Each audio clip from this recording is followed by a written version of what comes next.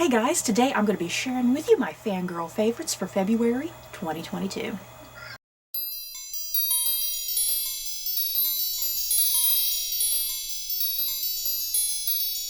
So this is probably going to be a pretty quick short video because I feel like I didn't get up to anything in the month of February, yeah guys, other than just my usual, hey, I watched a lot of TV.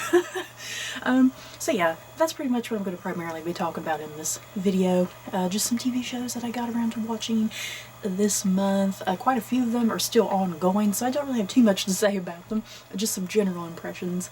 So yeah, in the comments below, I definitely would love to know what you guys got up to in the month of February. It could be books, movies, television, video games, music, anything that floats your boat. I always love hearing what you guys get up to every single month, because sometimes I feel like you guys have much more exciting lives than I do, and I like hearing it because I'm nosy.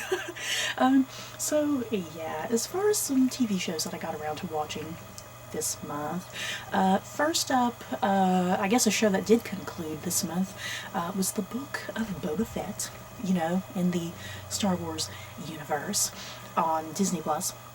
I did really enjoy the Book of Boba Fett, you guys. I'm not going to sit here and talk too terribly much about it because me and my sister, we're going to be talking about it on our Disney Rewind coming up in March.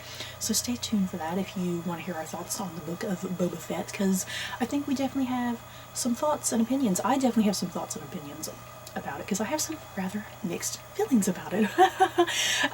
So yeah, in general, I did like the Book of Boba Fett, despite my complicated feelings for it.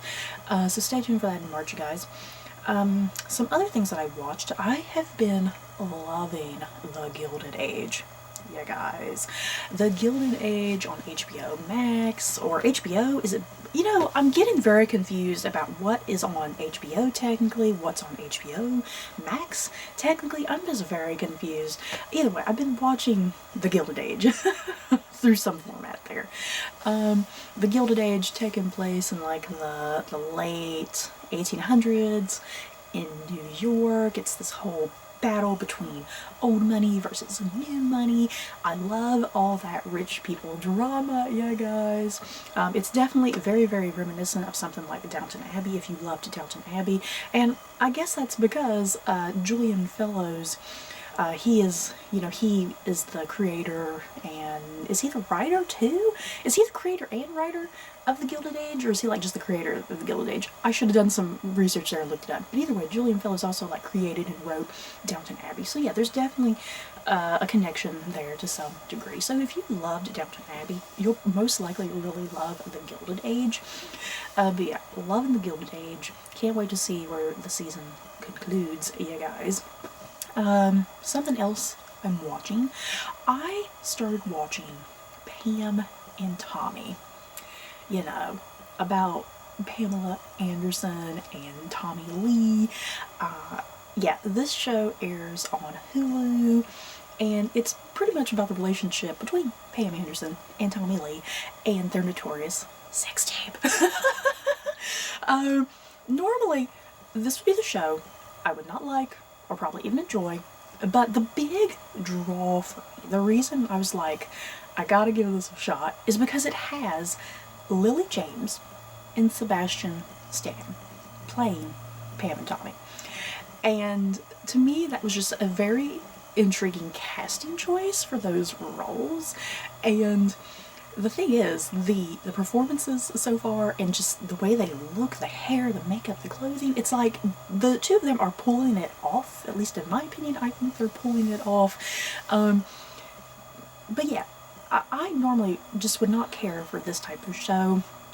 But yeah, Sebastian Stan and Lily James are definitely the big draw and the big curiosity for me, why I was like, I'm going to give this show a shot. And the show, I don't know how I feel about it so far, you guys. There's elements of it that I do like. I like kind of the historical, because it still takes place in the 90s, but that's still a historical context to some degree. I like the historical context of things going on, you know, it being in the 90s. I like what it's having to say about a kind of the, how to word it, kind of the double standard between men and women, really, like I said, because the whole show, it's about the notorious sex tape that Pamela Anderson and Tommy Lee filmed, and they got out there on the internet and into the wilds, there's definitely like this double standard, because there's even a mention in one of the episodes. Pamela is talking to Tommy, and she's like, people are watching this tape thinking you're cool and awesome and that you're getting to have sex with me and this and that, but then on the other end, people are looking at me just because I'm a woman and thinking I'm a slut and a whore, and they're not thinking that about me, that I'm cool and awesome, So the show is kind of tackling that in an interesting way, the double standard between men and women when it comes to this sex tape and whatnot. It's really interesting. So there's elements about the show that I am liking and enjoying and appreciating, but the things about the show that I'm not particularly liking, because the show for the most part is kind of a comedy in a way. It's like a dramedy, I suppose. I am not really into this type of humor, because Seth Rogen is in it as well, and the show definitely has like that Seth Rogen type of humor, like stoner humor, just really ignorant humor.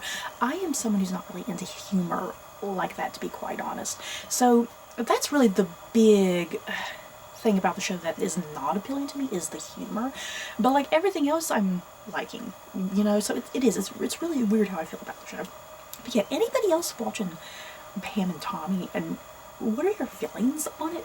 Because do you love it? Do you hate it? Are you somewhere kind of in the middle? Because I'm definitely very much in the middle.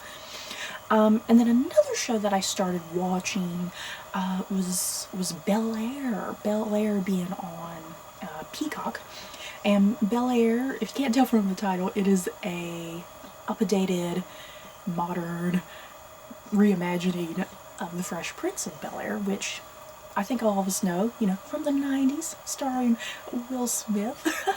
I was definitely really intrigued to give Bel-Air a shot, because I think like everybody else, all of us kids who grew up in the 90s, The Fresh Prince of Bel-Air was kind of just a staple of our lives, and watched it all the time, because I definitely remember sitting down and watching The Fresh Prince of Bel-Air all the time when I was a kid.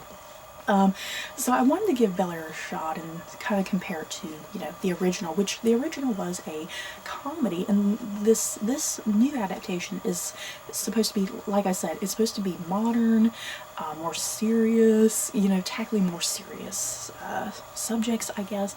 So far, I do like Bel-Air.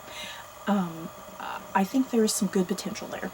I do think the writing is a little hit or miss for me. Sometimes there are elements of the writing that I like, and then other times elements of the writing that I don't like so much. And the same kind of goes for the acting. The acting can kind of be a little hit or miss for me as well. But either way, I think there is some really good potential for Bel-Air to become really, really good, I think. And I'm definitely going to stick with it. But yeah, anybody else watching Bel-Air on Peacock? If you're not sure about it, the first episode is up for absolutely free on Peacock if you want to kind of give the first episode a shot before you head into the rest of it, yeah, is that pretty much it for stuff that I watched this month, you guys?